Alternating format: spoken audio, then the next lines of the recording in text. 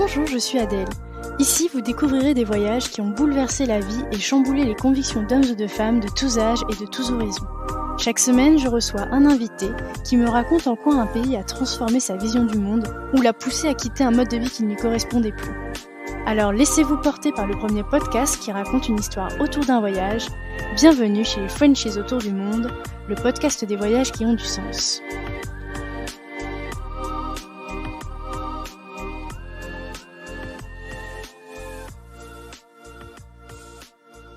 Si vous voulez suivre les coulisses du podcast et être informé des dernières nouveautés, n'hésitez pas à vous abonner au compte Instagram et au compte Facebook Frenchies autour du monde. Les liens sont directement dans la description de l'épisode. Le podcast est également diffusé toutes les semaines sur la web radio Allô la planète. Je vous souhaite une belle découverte sur allolaplanète.fr. Il y a un peu plus d'un an maintenant, Laetitia a fait un saut dans le vide. Partir vivre en Israël avec son mari et leurs 2 enfants. Ensemble, on revient sur les peurs et tous les a priori qu'elle avait sur ce pays. On parle de ces moments de doute qui, jusqu'à la dernière minute, lui ont fait vouloir annuler cette expérience. Laetitia nous raconte sa vision de ce pays dont on entend si peu de bien. On parle de son adaptation à la culture israélienne et comment cette expatriation la challenge tous les jours. Même si c'est une expatriation dans le cadre d'un emploi, cette expérience lui offre un lot de doutes et d'incertitudes qui la font sans cesse remettre en question cette vie à 4500 km de ses proches.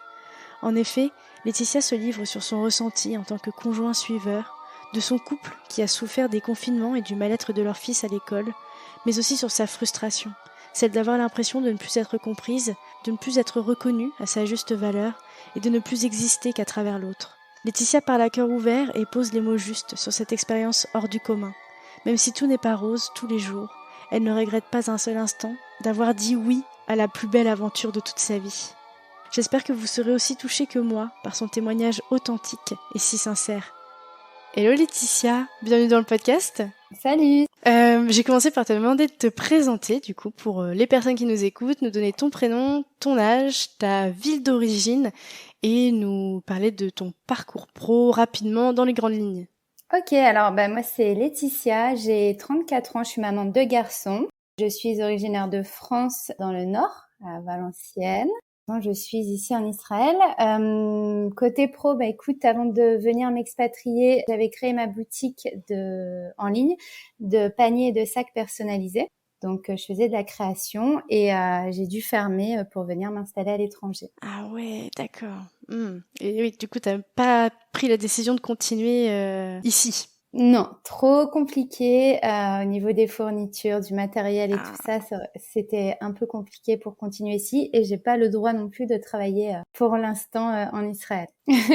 Très bien. Bon, de toute façon, on va parler un peu plus longuement de tout ça. Je propose déjà de commencer par nous dire un peu d'où est-ce que te vient ta passion du voyage, d'ailleurs si t'en avais une ou pas avant de t'expatrier. Alors, moi, ça m'a pris très tard puisque jusqu'à mon mariage, donc en 2017, je n'étais jamais montée dans un avion.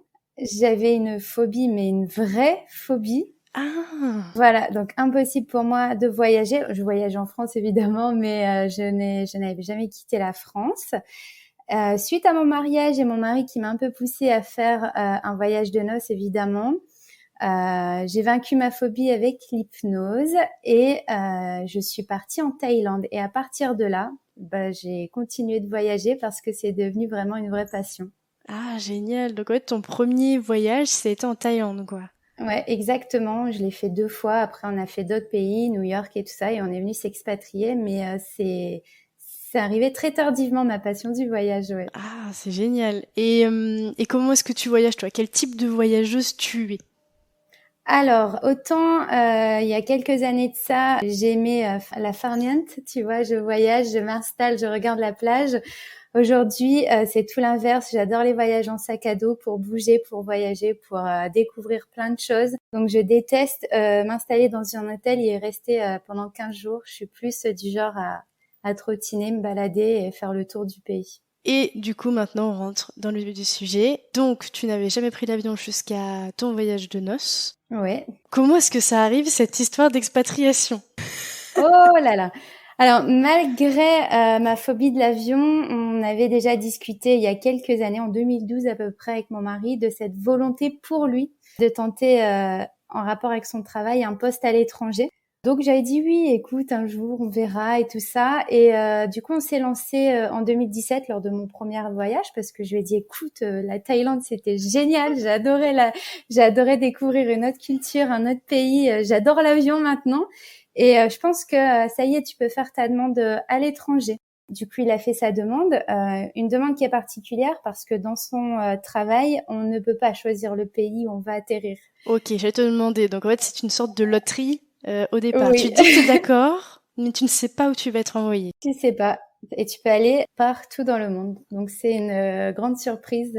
Ah, en général, l'attente est de combien de temps entre le moment où tu prends cette décision que on t'affecte quelque part? Oh, c'est très long. Alors entre le moment où mon mari a fait sa demande, on a déjà patienté 1 an pour que son dossier soit validé. Et ensuite, il a fallu patienter encore quelques mois. Et encore, nous, on a quand même vécu un changement de dernière minute. Il a fallu patienter encore quelques mois pour savoir la destination. Donc, je dirais à peu près 1 an et demi, 2 ans. Ok, et donc vous, pendant ce temps-là, vous continuez votre petite vie tranquille. Toi, tu commences à te lancer à ton compte. Tu t'étais peut-être déjà lancé Je avant. m'étais déjà lancée, en fait. Je me suis lancée juste avant de me marier, donc début 2017. Et du coup, ouais, on a continué notre petite vie jusqu'au jour J parce que, comme je t'ai dit, on a eu un changement de destination entre deux, en fait. En septembre 2019, on apprenait qu'on partirait en août 2020 pour Casablanca. Ok, ouais, donc pas si loin que ça de la France. Voilà, donc on s'était projeté. En cours d'année, on a inscrit Aïe. les enfants à Hmm. l'école, on a trouvé notre logement et tout ça. Et en mars 2020, on nous annonce que finalement, on partira pas à Casablanca, mais en Israël en août. Donc, on a eu quelques mois devant nous pour faire tous les changements et pouvoir se lancer. Ouais. Et donc, alors, peut-être que déjà, tu peux peut-être nous dire la première impression quand c'est Casablanca au départ. J'étais contente parce que tu sais, je me suis dit Casa, je pourrais continuer mon travail parce que mes paniers étaient fabriqués par un artisan marocain. Et du coup, je m'étais dit mais c'est génial, je serai sur place et tout ça. Donc j'avais plutôt bien pris, mais j'avais quand même un petit côté, une petite déception parce que je me dis oh, c'est pas très loin, ça me fait pas assez voyager en fait, si tu veux, parce que même si j'ai jamais mis les pieds là-bas, je connaissais quand même Casa parce que j'ai des amis qui viennent de là-bas, qui sont originaires de là-bas et qui m'en ont beaucoup parlé. Donc j'avais un petit peu une déception. Je me disais, oh, c'est pas assez loin. Voilà, c'est pas assez loin. Tu voulais déjà le high level, quoi. Mais moi, de base, je voulais l'Asie, tu sais, genre Vietnam, Thaïlande, ou alors l'Afrique du Sud. Ouais, Donc, ouais, je ouais. m'étais projetée assez loin et du coup, voilà, il y avait une petite déception, mais j'étais aussi très contente. Par contre, quand on m'a annoncé Israël, là, j'ai dit à mon mari, écoute, je ne pars plus, on annule tout, je reste en France. Là, ça a été très, très dur, ouais. Est-ce que tu peux nous expliquer du coup cette journée où tout change, tous vos plans changent comme ça du jour au lendemain? Ah oui, je m'en souviens comme si c'était hier. Écoute, on rentrait de New York. On était rentré il y a 2, 3 jours. Tu sais, il y avait le jet lag complet. Moi, j'étais malade en plus, fièvre et tout ça. Donc, j'étais en train de dormir dans mon canapé tranquillement. Et mon mari qui est au téléphone, je le vois devant moi. Il fait les 100 pas. Et il me fait oh là là, comme ça, tu sais. Il était là. Je dis mais qu'est-ce qu'il me fait? Alors je me réveille mais paniquée, tu sais, et je lui dis qu'est-ce qu'il y a? Et je parlais tout bas parce qu'il était au téléphone et je sentais que c'était un appel quand même assez important, une personne importante. Je sais que c'était pas un de nos proches. Et il me dit écoute, on change de pays, on part plus à Casablanca, on part en Israël. Et là, je me suis assise dans ma cuisine, complètement dépitée, et je lui dis ah bah écoute, tu peux lui dire tout de suite que nous ne partons plus. Ouais. Et du coup, son patron l'a entendu, il lui a dit, écoutez, je vais vous laisser discuter avec votre femme, discuter avec elle, on va pas prendre de décision trop rapide. Et puis après, on a discuté pendant très longtemps pour savoir si je partais ou pas. Tu peux nous dire peut-être aussi les raisons, ce qui fait que tu t'es dit oh, non, surtout pas Israël, non, non, moi je ne mets pas les pieds là-bas. Bah, je pense un peu comme la majorité des gens, on connaît Israël par les informations, par les médias, et l'image qui véhicule d'Israël à la télévision est tellement mauvaise, j'ai envie de dire. Tu vois là que c'est la guerre, les attentats, Et tu t'imagines partir en fait dans un pays en guerre, dans un pays qui peut être dangereux pour toi et surtout pour tes enfants. Et c'est ça qui m'a un peu tétanisée en fait, parce que moi je me disais mais moi j'ai hors de question que je parte dans un pays qui est en guerre aujourd'hui. Et finalement bon, il m'a fait regarder beaucoup de reportages. J'ai pu prendre contact avec les femmes de ses collègues qui étaient déjà sur place depuis quelques années. Ah, super ça. Voilà, ils m'ont transmis une image d'Israël. Je me disais, mais attends, c'est pas possible, tu les as payés combien pour qu'elles me disent ça? Et donc, j'y suis allée quand même avec toujours cette boule au ventre jusqu'à la dernière minute, jusqu'au jour J. Et finalement, écoute, c'est une véritable surprise. Ouais. Combien de temps tu mets avant de changer d'avis à peu près? Alors, mon mari, il avait pas 3 mois devant lui pour... Ah, en plus, ok. Non, il devait vraiment le rappeler 2 à 3 jours après. Donc, j'ai envie de te dire, il m'a fait regarder des reportages toutes les soirées pendant des heures et des heures sur Israël, Tel Aviv. J'ai pu échanger des milliers de messages avec plein de personnes différentes et 2, 3 jours après, il a dû donner sa Ah, réponse. d'accord. Et au pire des cas, ça aurait été lui quand même qui serait parti, tu penses, tout seul? Ou est-ce que vous auriez laissé le projet Alors, on aurait refusé la destination, on aurait été repositionné sur un autre pays, mais notre départ aurait pu être décalé à l'année suivante. encore? Ouais. Et on aurait pu avoir pire aussi. Je pense à des pays comme le Tchad, le Soudan et tout ça, où là, c'est vraiment des pays qui sont très compliqués. Et du coup, mon mari m'a dit, écoute, franchement, Israël, c'est génial, tout le monde te l'a dit, fais-moi confiance. Il m'a dit, fais-moi confiance, je te promets, on va passer des merveilleuses années. Je lui ai dit, ok, allez, c'est parti. Et est-ce que tu sais le nombre d'années où vous partez? 4 ans maximum. Et comment ça se passe, l'annonce à la famille? Parce que t'en as même pas parlé du fait que vous leur annoncez déjà au départ, bon bah on va peut-être s'expatrier, donc il va falloir se préparer psychologiquement à ne plus nous voir. Mais aussi quand vous leur dites, bon bah maintenant c'est sûr qu'on part et c'est en Israël. On leur a annoncé bien avant que notre dossier soit accepté qu'on voulait s'expatrier. Ils ont bien pris la nouvelle parce que je pense que finalement ils y croyaient pas beaucoup, tu sais. Donc ça dit oh oui d'accord ok. Oui, c'est Le ça. jour où Oui. c'est ça. Le jour où on arrive chez eux pour leur annoncer que c'est Casablanca, du coup ça a été un choc pour eux. Ils ont mis un petit peu de temps à prendre la nouvelle, l'accepter aussi, et puis après ils l'ont accepté. Ils étaient très contents. C'est pas très loin, 2 heures d'avion, c'est parfait, ok. Donc là j'avais envie de te dire c'était hyper simple. Mais alors le jour où j'ai dû leur dire que finalement c'était plus le Maroc, mais qu'on partait en Israël, là ça a été très très compliqué. Alors déjà ma mère je lui ai annoncé lors du premier confinement en France. Ah oui, exact, oui. Par message. Donc j'ai pas été très cool, mais en fait, tu sais, je gardais ça pour moi et en fait, un jour, ça a explosé. Je lui ai dit, écoute, on part en Israël finalement, puis au Maroc. Donc elle a mal pris d'ailleurs que je lui annonce pas un message. Ouais. Et elle m'a dit, surtout ne dis rien à ta mamie. Je dis Ah oui, oui. parce que ma mamie, tu vois, je suis très très proche de ma grand-mère. Et c'est une personne qui est très anxieuse. C'est une mamie, j'ai envie de dire, tu sais, mais sur une grande échelle d'anxiété maximum. Et à ma mamie, en fait, j'ai jamais eu le courage de lui annoncer. Et finalement, tu sais, elle l'a découvert en plein mois de juillet, donc quelques jours avant mon départ. Attends, mois de juillet ou fin juin, je sais plus. Mais sur les réseaux, en fait, si tu veux, je disais pas trop aux gens où je partais réellement. Je disais, bah là, on part dans quelques temps et tout ça, mais j'avais pas dit quel pays. Et en fait, pendant une session de questions-réponses avec mes abonnés en story, on parle d'Israël. Et moi, je me suis dit, mamie, jamais elle va regarder mes stories, se douter de quelque chose. Et en fait, c'est comme ça qu'elle l'a appris. Elle m'a dit, écoute, Laetitia, faut qu'on parle. Je vois que tu parles beaucoup de Jérusalem. Qu'est-ce qui se passe là-bas? J'ai dit, bon, rien. Elle dit, moi, je pense que tu mens. Et que c'est là-bas que tu vas partir bientôt. Alors, j'ai dû lui annoncer, ouais. Mais tu vois, finalement, en fait, elle l'a bien pris. Et bizarrement, elle s'est pas inquiétée plus que ça, en fait. Ok, donc c'est plus tes parents qui se sont... Ouais, mes parents, oui. Bon, mais si, ma grand-mère, sur le coup, voilà, elle a eu peur. Elle a dit, oh là là, mais comment ça se passe là-bas? C'est la guerre. Mais elle m'a fait confiance. Je lui ai expliqué comment ça se passait et tout. Et elle a été... Écoute, elle m'a écoutée. Elle avait l'air plutôt confiante, ouais. Donc toi, tu y vas parce que tu as finalement accepté, mais t'es peut-être pas encore totalement rassurée sur cette période-là de transition, on va dire. Non, pas du tout rassurée. Non. Je pense que j'ai été rassurée le jour où j'ai atterri en fait à Tel Aviv et encore Mais non, jusqu'au bout, vraiment, c'était l'appréhension totale, ouais. Et avec vos enfants, comment ça se passe? Quand est-ce que vous leur dites ce grand changement? Et eux, bon, j'imagine peut-être déjà peut-être nous rappeler leurs âges, mais peut-être qu'à leur âge, on se rend pas forcément compte de tout ça. Aujourd'hui, ils ont 9 ans et 6 ans. Donc, le plus petit, en fait, de 6 ans, il était très jeune quand on a fait la demande. Donc, on l'a pas forcément mis dans la boucle tout de suite. Néanmoins, mon plus grand, c'est un garçon hypersensible qui a besoin qu'on lui explique tout le temps tout et très précisément. Et voilà.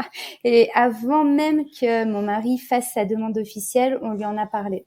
Et il a plutôt bien accueilli la chose de changer d'école, de changer de chambre. Bah écoute, ouais, bizarrement, il l'a plutôt bien pris. Puis je pense qu'à cet âge-là, tu sais, un changement de pays, pour eux, ça veut un peu tout dire et rien dire en même temps. Tu sais, le pays, bon, ils confondent encore pays, ville, Ouais. c'est encore un peu ambigu dans leur tête. Donc voilà, c'était plus, je pense, le changement d'école et de maison qui le faisait un peu paniquer. Mais quand on lui a appris pour Casablanca, il était vraiment content d'ailleurs de partir à Casa. On lui avait montré les photos d'école, de la mer et tout ça. Et il était plutôt content. C'est après que ça s'est corsé un peu, ouais. Alors le jour J arrive, vous partez. C'est quoi tes premières impressions quand tu arrives à l'aéroport d'Israël? Alors, ma première impression quand j'arrive à l'aéroport d'Israël, c'est la chaleur. C'est quelque chose qui m'a beaucoup marqué, je pense. Et de regarder, en fait, par cette grande fenêtre, on avait un grand couloir à traverser dans l'aéroport et il y avait toute une fenêtre où on avait la vue sur des palmiers et tout. Et là, je me suis dit, waouh, c'est beau! C'est beau, waouh, les gens, ils sont là, ils sont tous contents, ils ont tous le sourire, waouh! Ça a été ça, ouais, ma première impression. Oh, super. Comment ça se passait là-bas? Vous aviez un logement de fonction? Vous aviez pas eu besoin de chercher avant votre départ quelque chose? Alors, on a eu un logement de fonction qu'on a eu directement quand on est arrivé. Donc ça s'est fait en amont. On l'a cherché et validé en amont avant d'arriver. Donc quand on est arrivé le 1er août en Israël, on est parti directement chez nous, dans notre nouvel appartement, ouais. Ok. Donc oui, vous aviez déjà vu des photos, des choses comme ça. Donc bon, On avait c'est déjà plus des rassurant photos, aussi. on avait déjà choisi aussi certains meubles à remplacer et tout ça. Donc non, il n'y avait pas d'appréhension ou de mauvaise surprise au niveau du logement, d'autant plus que c'est des collègues à mon mari qui ont pris les choses Ah. en main. Donc on n'avait pas du tout d'appréhension par rapport au logement. Ok, ouais, donc vous avez quand même été... Enfin, ils vous ont pris un peu sous leur aile. Toi, ça t'a peut-être rassuré aussi, toi, qu'il y ait des personnes qui vous attendent, entre guillemets, en Israël. Complètement, complètement. Heureusement que ses collègues étaient là d'ailleurs parce que oui, du coup, ils nous ont pris en main tout de suite, ils nous ont aidés. Ils nous ont ramené des jouets, tu sais, pour les enfants parce que le conteneur, on arrive sans conteneur, donc on nous a donné des jouets, on nous a fait des courses pour tenir quelques temps. On a eu des repas faits maison aussi, tu vois, on avait un bon plat de lasagne pour le soir et tout ça. Non, franchement, ça a été super adorable. On est vraiment arrivé dans de bonnes conditions, malgré qu'on est arrivé en plein Covid. Oui, c'est ce que j'allais te demander. Du coup, c'était juillet 2020, enfin août 2020, c'est ça? Août 2020. Alors le pays n'était pas confiné. Par contre, on a dû, comme beaucoup aujourd'hui, faire une quarantaine, une quatorzaine du coup, 14 jours à la maison sans mettre un pied dehors. Donc ça a été vraiment Ça, compliqué c'est pour dur. notre Surtout arrivée. pour les premiers jours où t'es dans un pays que tu connais pas, je trouve. Ouais, déjà tu connais pas, donc c'est compliqué. Et puis tu dois faire des courses. Il te manque forcément des petites choses à la maison que tu vas pas trouver forcément en livraison à domicile. Donc tout ça, ouais, c'est un challenge. En plus, ici en Israël, la langue, c'est l'hébreu et les lettres sont pas des lettres latines.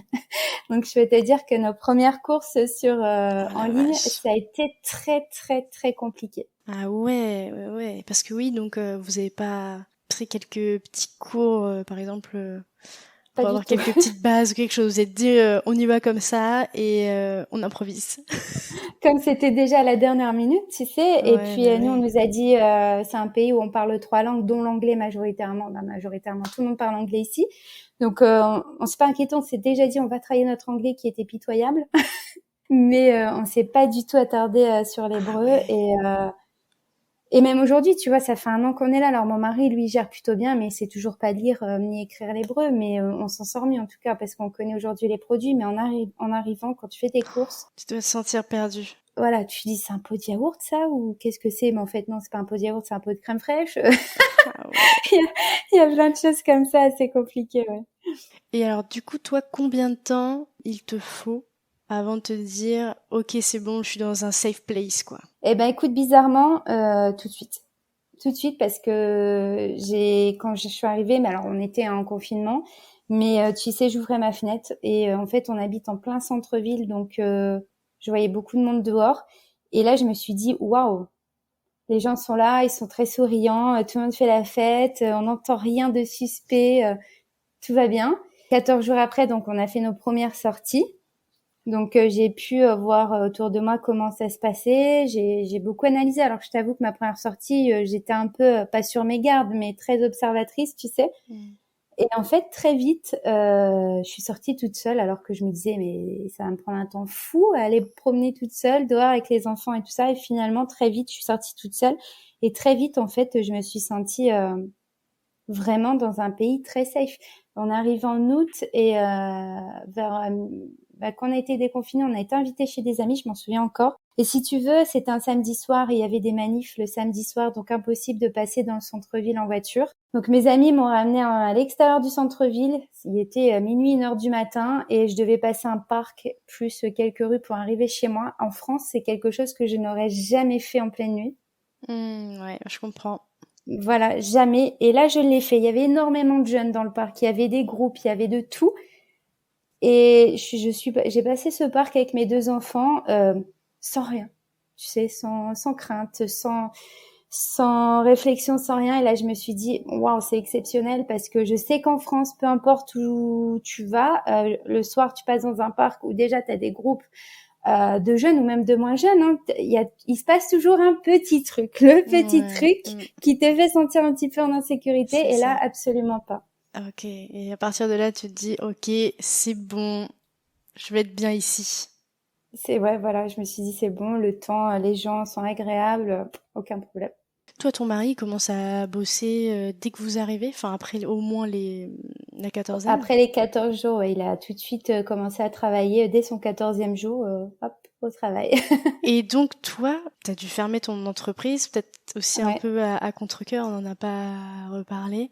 Tu savais que t'allais rien pouvoir, enfin, que t'allais pas pouvoir travailler pendant cette période en Israël. Qu'est-ce que tu t'imaginais pour toi, du coup, pendant ces premières années?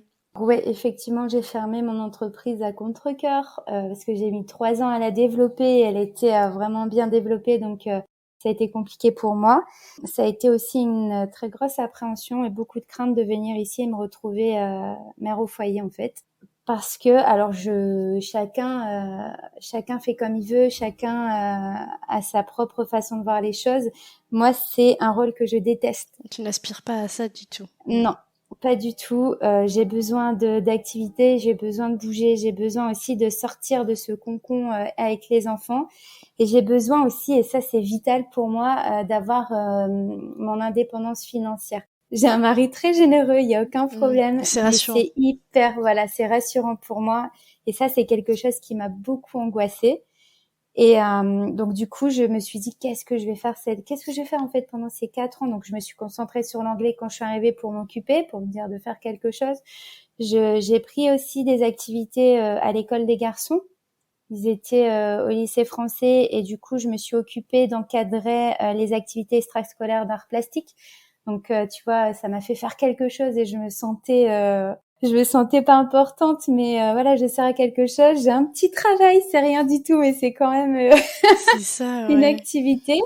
Et très vite, en fait, j'ai commencé un bilan de compétences en février, là, cette année. Je viens de le terminer hier, justement. Ça a été tellement révélateur pour moi. On a clôturé hier mon bilan, j'ai trouvé mon projet et je compte le démarrer ce mois-ci et le lancer en janvier 2022. Là, je pourrais le lancer si tu veux parce que c'est quelque chose qui va pas m'obliger à acheter des trucs, à importer des choses en Israël et tout ça. Et mon activité, ma rémunération sera française. Donc, C'est quelque chose que je vais pouvoir lancer au mois de janvier. Donc, pour te dire que non, je ne supportais pas ne rien faire. Et je me suis dit 4 ans sans rien, c'est pas possible. Je vais devenir folle. Donc, j'ai fait ces bilan de compétences pour trouver un nouveau projet. Ouais. Super, c'est génial. Et, et du coup, on peut peut-être parler de l'adaptation aussi plus générale, l'adaptation culturelle par exemple. Ça fait 1 an, mais du coup, tu as déjà quand même pu découvrir les célébrations par exemple. Alors, c'est un pays, ici, c'est très religieux. Voilà, on est dans un pays où il y a 3 religions dominantes. Donc, on a la religion juive, forcément. On a aussi les musulmans, mais aussi les chrétiens. Donc déjà, tu vois, ça fait partie intégrante, j'ai envie de te dire, de notre quotidien. On sent la religion. Alors, elle n'est pas étouffante, attention, mais on sait qu'on est dans un pays où c'est très religieux, où il y en a 3 en plus, donc tu dois jongler aussi. Et ça, c'est drôle, avec les jours fériés des 3 religions. Ah ouais. Donc, tu vois, t'en as un petit peu beaucoup, mais voilà. Alors, je t'avoue que la première année, les fêtes, on les a pas vécues parce qu'il y avait les confinements, Ah les oui, c'est vrai. restrictions, voilà. Donc, on n'a pas vécu les fêtes de façon normale, j'ai envie de te dire. Cette année, on les a, à partir du mois de mars, ça s'est un peu décanté, donc on a pu assister à certaines fêtes. Là, récemment, là, on est en pleine fête. En plus, c'est Soukhot. Ah, C'est la période où les familles juives construisent des cabanes partout sur leur balcon, dehors dans les rues. Il y a des cabanes partout et ils mangent dedans toute la semaine. C'est incroyable, tu vois. d'accord. Et voilà, donc les fêtes sont omniprésentes et alors même si tous les Israéliens ne sont pas juifs, ils respectent tous cette fête comme nous. On n'est pas absolument pas juifs, mais on respecte les fêtes. Et franchement, j'en ai appris, mais énormément. Déjà, moi, quand je suis arrivée de base, j'avais aucune idée de ce qu'était la religion juive. Alors oui, j'avais entendu parler du Shabbat, de certaines choses, tu sais, dans Mm. les films et tout ça. C'est Oui, bête, oui, mais oui. voilà. Mm. Mais j'avais aucune idée, Concrètement de ce que c'était, quoi. ouais, de Ouais. la religion et des personnes aussi, tu sais. Et en fait, quand je suis arrivée ici, surtout à Jérusalem, parce que Jérusalem, c'est la ville sainte, forcément. C'est vrai, ouais, ouais. Voilà. Et quand j'ai mis un pied dehors, j'ai dit, oh, waouh. Et en fait, c'est là que j'ai rencontré Juju, la communauté ultra-orthodoxe. Et ça m'a pas fait bizarre c'est pas négatif ce que je vais dire, mais je me suis dit, ah oui, quand même, on est dans la ville sainte et ça se ressent parce que la plupart des gens, alors pas la majorité, mais t'as énormément d'ultra-orthodoxes. Et au début, c'est sur ça, pas que je tiquais, mais que je bloquais un petit peu. J'étais très dans l'observation. Je les regardais tous et tout ça. Je me disais, ah oui, d'accord. J'observais beaucoup. Aujourd'hui, au bout d'1 an, je fais plus du tout attention, finalement. Oui, c'est ça, tu t'es acclimaté, tu t'es habitué à Complètement. cette ambiance. Ouais, tu fais plus attention à tout ça. Tu fais plus attention aux différentes religions parce qu'au début tu te poses tout le temps la question, oui, c'est un chrétien, c'est un juif, c'est un musulman, tu sais pas trop. Et après en fait tu commences à savoir comme ça, tu as l'impression que c'est écrit sur ton front. Et voilà, donc culturellement je veux dire que c'est ça, c'est la manière dont les fêtes sont vécues ici. Elles sont pas vécues à moitié, elles sont vécues d'une manière importante et par tout le monde. Et ça m'a étonnée et j'ai trouvé ça merveilleux, tu vois, de me dire, t'as tout un pays en fait qui se joint ensemble, qui soit pratiquant ou non pratiquant pour fêter ces fêtes. Et ça, c'est quelque chose qui m'étonne, tu vois, C'est ça, ouais, que tout le monde respecte la religion de chacun, c'est ça, et ouais, c'est ça. sans jugement. Mm. C'est ça, la cohabitation, tu vois, elle existe ici, même si, tu vois, c'est ce que je te disais, moi, dans les médias, j'ai l'impression que la cohabitation existait absolument pas. Et en fait, pas du tout, surtout quand tu habites à Jérusalem, c'est quand même le cœur des 3 religions où tu as les trois lieux cultes, on va dire. Bah écoute, que tu sois juif, musulman ou chrétien, il y a pas de différence, chacun vit sa religion, voilà, comme il l'entend. Et puis respecte aussi les autres, quoi. Carrément, tu sais, même, tu sais, en France, et c'est bête parce qu'en France, je sais que pour travailler, par exemple, les femmes voilées, c'est encore compliqué. Alors, ça se démocratise un peu plus, mais c'est encore quelque chose d'assez compliqué. Ici, pas du tout. Tu vas n'importe où, tu as énormément de personnes, de femmes musulmanes, donc qui vont être voilées et qui vont travailler et qui vont travailler à côté d'une personne juive ou à côté d'une personne chrétienne. Il y a aucun souci. Et ça, c'est quelque chose forcément qui t'a interpellé vu comment ça se passe en France. Ouais, ouais, clairement, c'est la première chose que j'ai observée, c'était ce mélange des cultures justement, ce mélange de religions, voir comment se passait l'entente entre tout le monde en fait. Ouais. Oui, c'est clair. Et est-ce que tu as d'autres impressions comme ça que tu veux partager avec nous pour casser un petit peu tous les clichés qu'on peut avoir, les a priori qu'on a? Ah bah écoute, je pense qu'on a tous le même a priori, c'est sur le vivre ensemble. Donc le vivre ensemble ici, il existe. Si tu vas dans la vieille ville, que tu sois, parce que dans la vieille ville, tu as 4 quartiers, tu trouveras des juifs dans le quartier musulman, tu trouveras des musulmans dans le quartier juif, tu trouveras des chrétiens dans le quartier juif et vice-versa, sans qu'il y ait une guerre, sans qu'il y ait une confrontation, sans qu'il y ait un échange de mots, de gestes. Ou non, les gens vivent ensemble et ça, c'est une réalité. Alors chacun sa religion, c'est vrai, mais les gens travaillent ensemble, les gens vont à l'école ensemble, les gens font leurs courses ensemble. Il y a aucun souci là-dessus. Moi, j'ai la chance. Alors, les Israéliens n'ont pas le droit de voyager sur les territoires palestiniens. Moi, j'ai Ouais, de la d'accord. chance de pouvoir y aller puisque j'ai pas la nationalité israélienne et que je suis française. Du coup, tu sais, je vais beaucoup aussi à Bethléem, à Ramallah, en Palestine.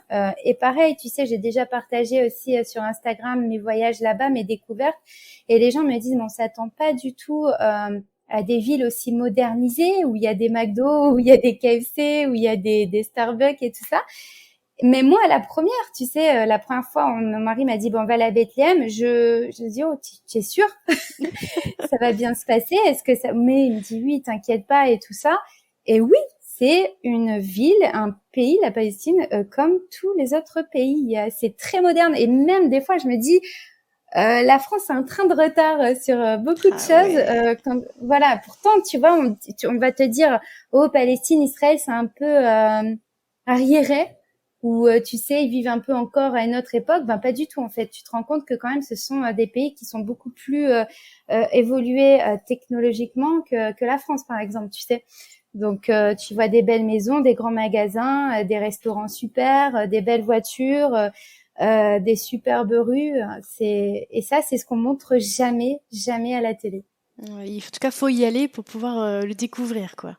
Ouais, pour pouvoir y croire de ses propres yeux et se dire, mais non, en fait, c'est des beaux pays, quoi, c'est magnifique.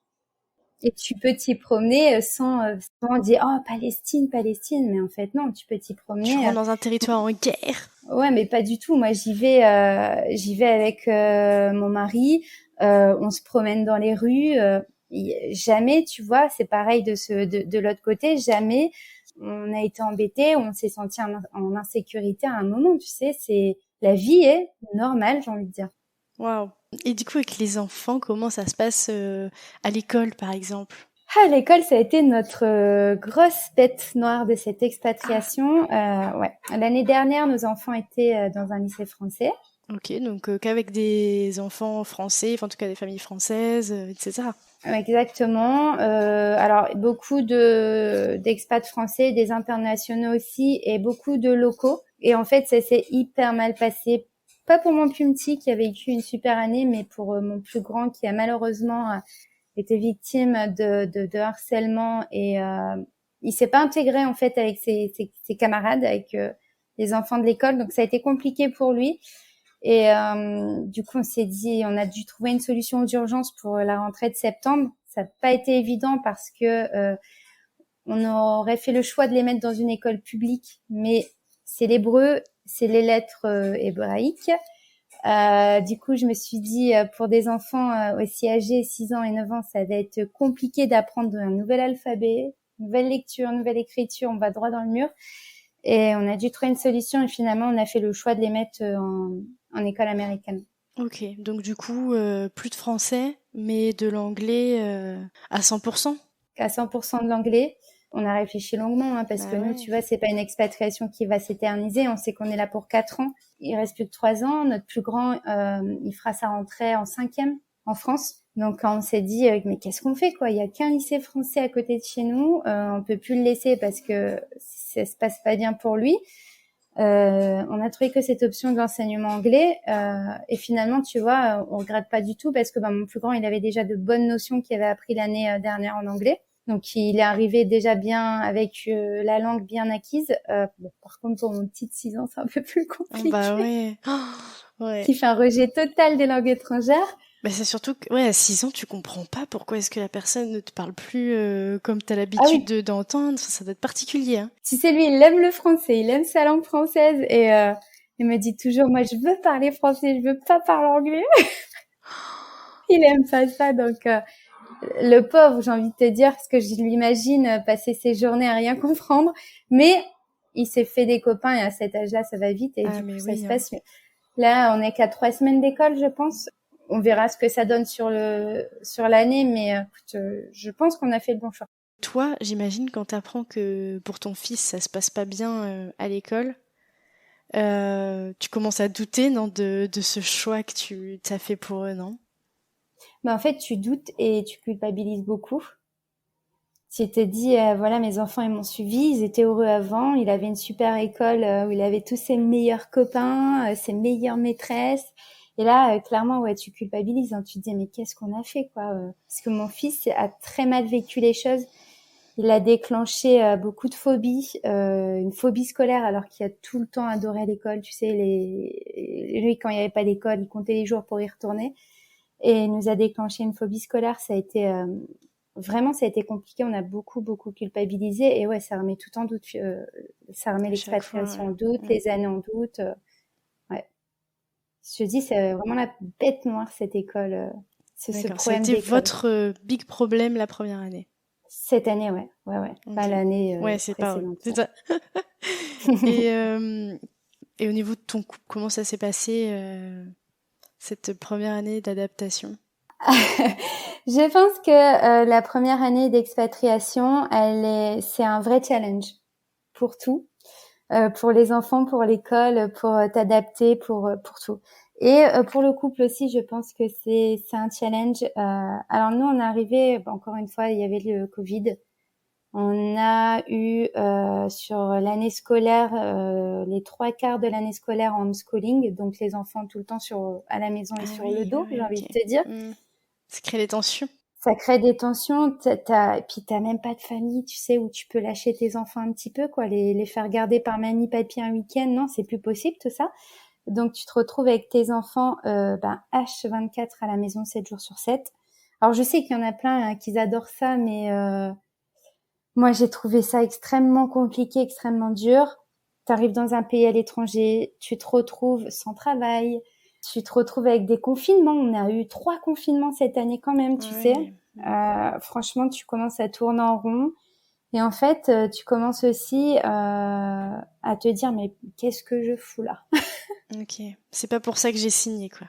Ouais, c'est pas pour ça que j'ai signé. L'école, ça va pas. Moi, je travaille pas, je tourne en rond. Quand l'école ferme, je me retrouve à faire du homeschooling. C'est pas du tout ma tasse de thé.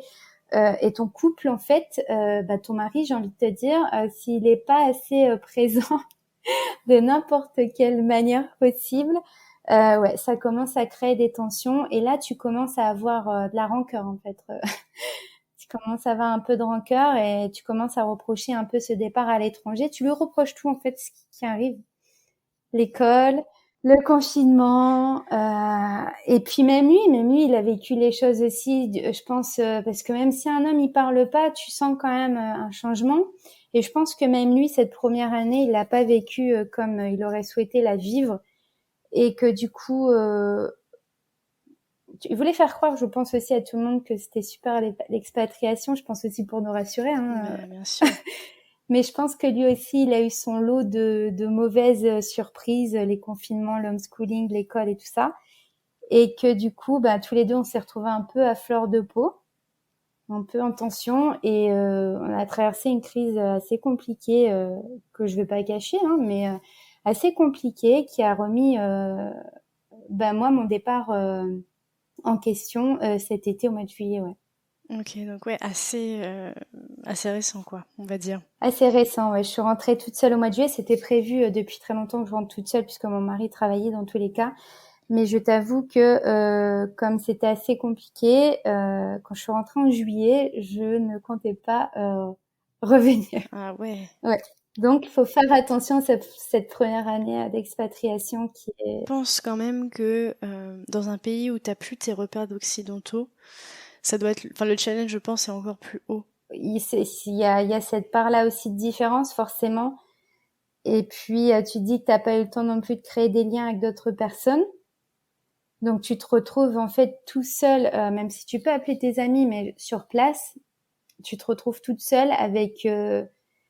bah, t'as personne en fait pour décompresser et tu viens d'arriver en plus. Donc, même si tu t'es bien adapté, t'as pas non plus de repères. C'est ça, t'as aucun repère. Je pense que la première année d'expatriation, c'est un vrai challenge pour tous les membres de la famille finalement. Ouais.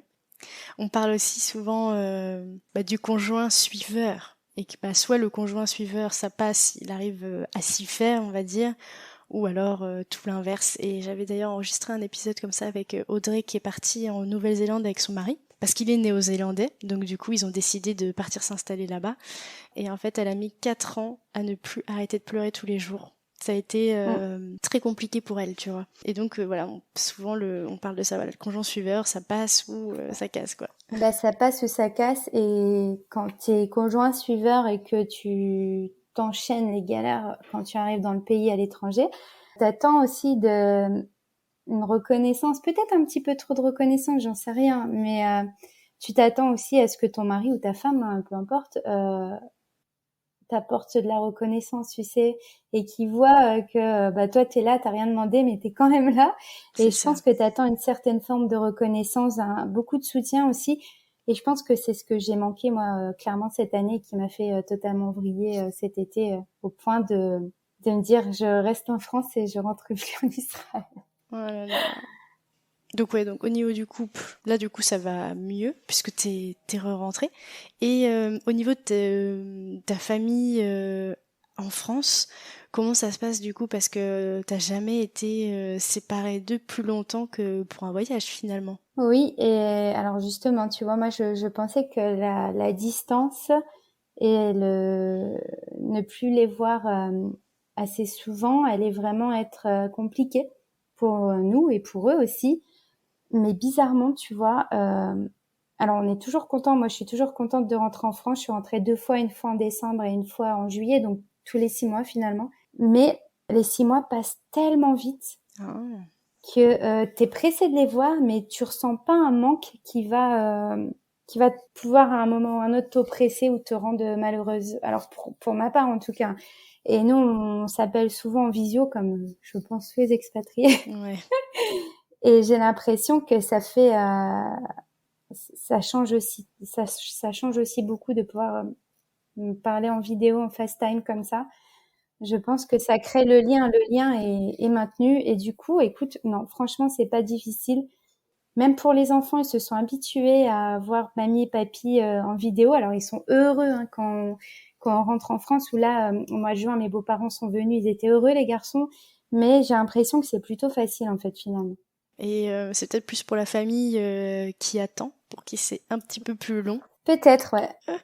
Peut-être, ouais. C'est vrai que moi, souvent, quand j'ai ma amie au téléphone, je sais qu'elle est très émotive et qu'elle peut lâcher sa larme à n'importe quel moment et pour rien. Mais j'ai l'impression je m'attendais à ce que moi, ma grand-mère vive très mal les choses. Mais finalement, tu vois, et j'en suis encore étonnée là au bout d'un an, euh, elle vit bien la séparation en fait.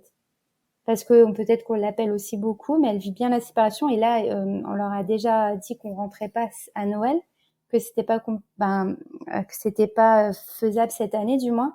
Et écoute, ils ont bien pris la nouvelle, quoi. Ils ont compris et Ça c'est il n'y a vraiment pas eu de génial, ouais. reproches ou quoi. Ou non, non, ils ont compris et ouais. Parce qu'il peut vite y avoir une culpabilité, je trouve, Ah oui, pour nous, quoi, qui avons fait le exactement. choix de partir. Au début, moi, j'avais énormément de culpabilité, énormément. Et comme là, tu vois, dire que je rentre pas alors qu'ils vont faire l'anniversaire de ma petite sœur, ça va être Noël et si tu culpabilises quand même de dire bah écoutez, pourtant tu vois c'est indépendant de notre volonté parce que on n'a qu'une semaine de vacances, c'est après Noël en plus, la semaine de la nouvelle année et quand on rentre, moi les enfants ont 7 jours de quarantaine. pour une semaine de retour en France, honnêtement, ça vaut pas le coup. D'après les enfermer encore une semaine, je sais pas si tu comprends. Si. Voilà, donc je leur ai expliqué qu'on n'allait pas rentrer pour une semaine, que ça valait pas le coup et qu'on rentrerait quand on aurait un peu plus de vacances. Et tu culpabilises, même si ta raison, elle est bonne, même si toi, t'y peux rien parce que c'est le Covid, mais oui, tu culpabilises tout le temps de pas pouvoir, pas pour toi, mais pour eux, ça te fait mal au cœur de les rendre tristes, en fait. Oui, totalement d'accord. Et du coup, qu'est-ce que vous avez de prévu? Parce que là, je pense que la situation Covid se calme aussi par chez vous déjà. On va peut-être commencer par ça. Elle se calme, non, parce qu'on est en pleine 4e vague, mais on vit avec. Donc ça veut dire que même s'il y a énormément de cas, il n'y a plus de confinement, il y a encore quelques restrictions, mais on est appris à vivre avec le Covid. Donc clairement, on peut faire beaucoup plus de choses aujourd'hui en Israël. Donc vous pouvez commencer vraiment à visiter tranquille, avoir des projets pour des week-ends. Ouais, bon après, on a appris aussi à vivre au jour le jour avec le Covid Ouais, parce c'est que ça. On peut plus réserver trop longtemps à l'avance. voilà. Donc non, et on avait déjà recommencé depuis le mois de mars à faire un peu le tour d'Israël. Là, on a visité pas mal de choses, beaucoup d'endroits en Israël, et on va continuer. Donc des projets, de continuer de faire la découverte d'Israël, surtout le nord. On a fait déjà le sud et on aimerait bien approfondir au niveau du nord. Mais c'est un petit pays, hein, donc ça va vite. Il vous reste 3 ans en Israël et est-ce que vous savez déjà si vous voulez rentrer en France après ça ou si vous avez encore envie de partir ailleurs? Alors si ça dépendait de nous, on partirait tout de suite ailleurs Ah, ou on resterait ici. Mais le retour en France, c'est inévitable. Donc on doit rentrer quand même pour 3-4 ans. ah ouais, quand même. On pourra refaire une demande pour repartir à l'étranger. Alors ça sera pas en Israël, c'est sûr. Mais on choisira pas. Encore une fois, oui, c'est ça. Voilà. Mais un retour en France est inévitable malheureusement. Ouais, ça c'est chaud. C'est-à-dire que ouais, t'as dû tout boucler en France, tout vendre, tout machin. Et là, on te dit qu'il faut quand même que tu y retournes, donc recommencer encore une fois. Ouais, exactement. On est obligé pour faire un deuxième séjour à l'étranger, il faut refaire un pied, faut remettre un pied en France pendant 3-4 ans. Ouais. C'est dommage parce qu'effectivement, tu revends pas mal de Bah choses, c'est tu te ça. sépares de pas mal de choses, tu dois re-racheter. Si tu repars dans 4 ans, c'est reparti. Ça recommence pour un tour, quoi. Ouais. Ouais, bon, 3 ans, vous avez le temps de voir venir, on va dire. Ah, ça passe vite. Écoute, j'ai pas vu cette première année passer. Ouais, je Donc, sais, ça passe si vite. les prochaines années passent aussi vite, demain, je suis déjà partie, tu vois. C'est fou. Eh ben, on va commencer à parler 2 dernières questions que je pose toujours à la fin à mes invités. Mais qu'est-ce que ça t'a apporté déjà cette première année d'expatriation sur le plan personnel? Alors moi, sur le plan personnel, j'ai dû sortir de ma zone de confort. De base, je suis une personne très timide, très réservée et avec un manque de confiance quand même, et très hypersensible aussi. Et du coup, cette première année d'expatriation, clairement, elle m'a fait sortir de ma zone de confort. J'ai dû apprendre à parler anglais. J'ai dû apprendre à me débrouiller toute seule en anglais. J'ai dû apprendre aussi à me débrouiller pour tout et n'importe quoi en Israël. Donc, ça m'a fait grandir en fait. Ça m'a fait prendre confiance en moi. Ça m'a rendue encore plus débrouillarde. Et ça m'a apporté tellement de choses. Vraiment, la confiance en moi, c'est ce qui a beaucoup changé entre le 1er août 2020 et aujourd'hui. Avec tes enfants, qu'est-ce que tu sens que ça leur a apporté, tous ces changements? Et peut-être même entre vous? Alors, pour mon fils Nolan, malheureusement, ça lui a apporté pour l'instant que des choses Négatives. négatives parce qu'il est, tu vois, il est suivi aujourd'hui. Ah ouais. On fait des séances de kinésiologie pour lui. L'expatriation, la première année, elle est compliquée pour Nolan, donc je vois pas forcément de points positifs de son côté.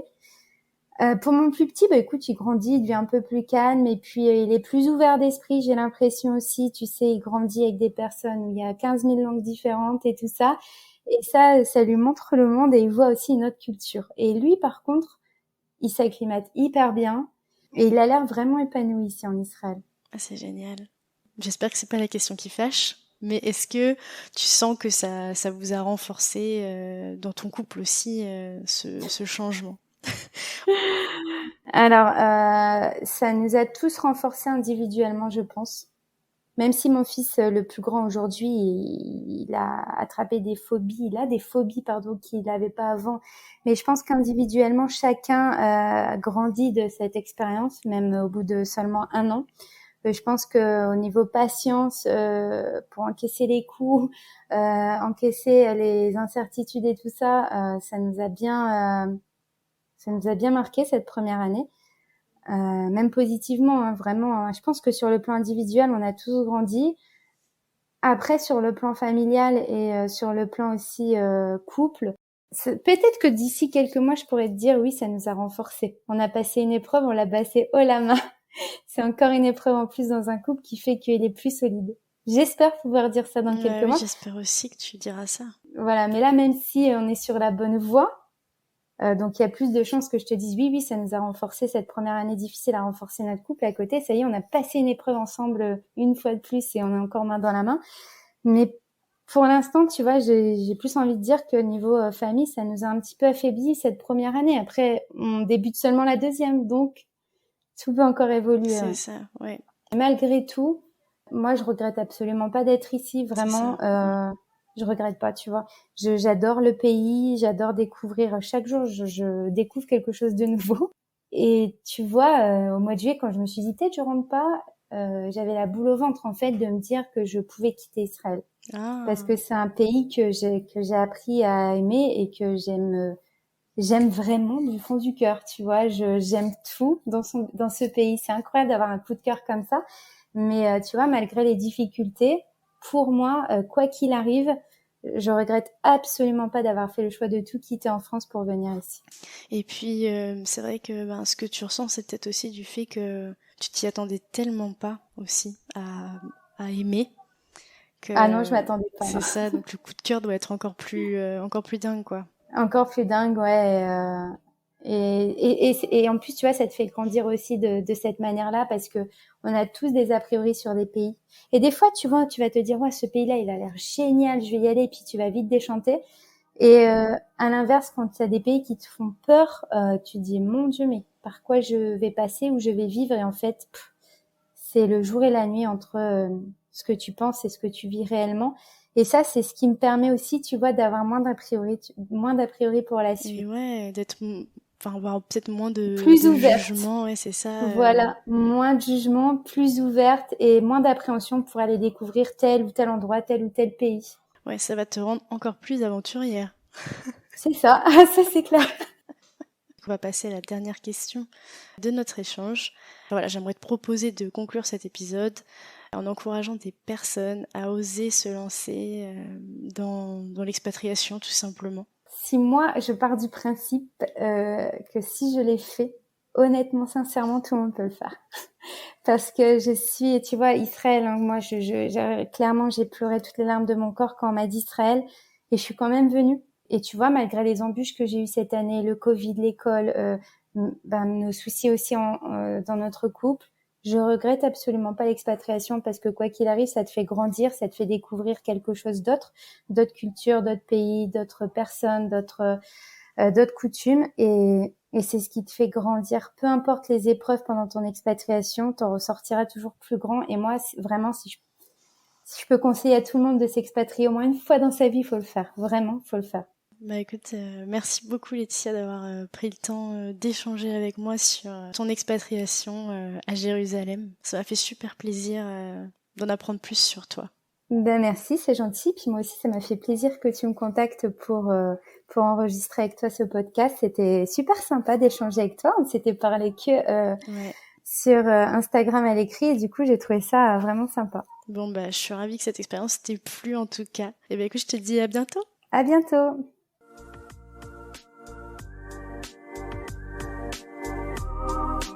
C'est la fin de cet épisode, mais j'ai encore besoin de vous.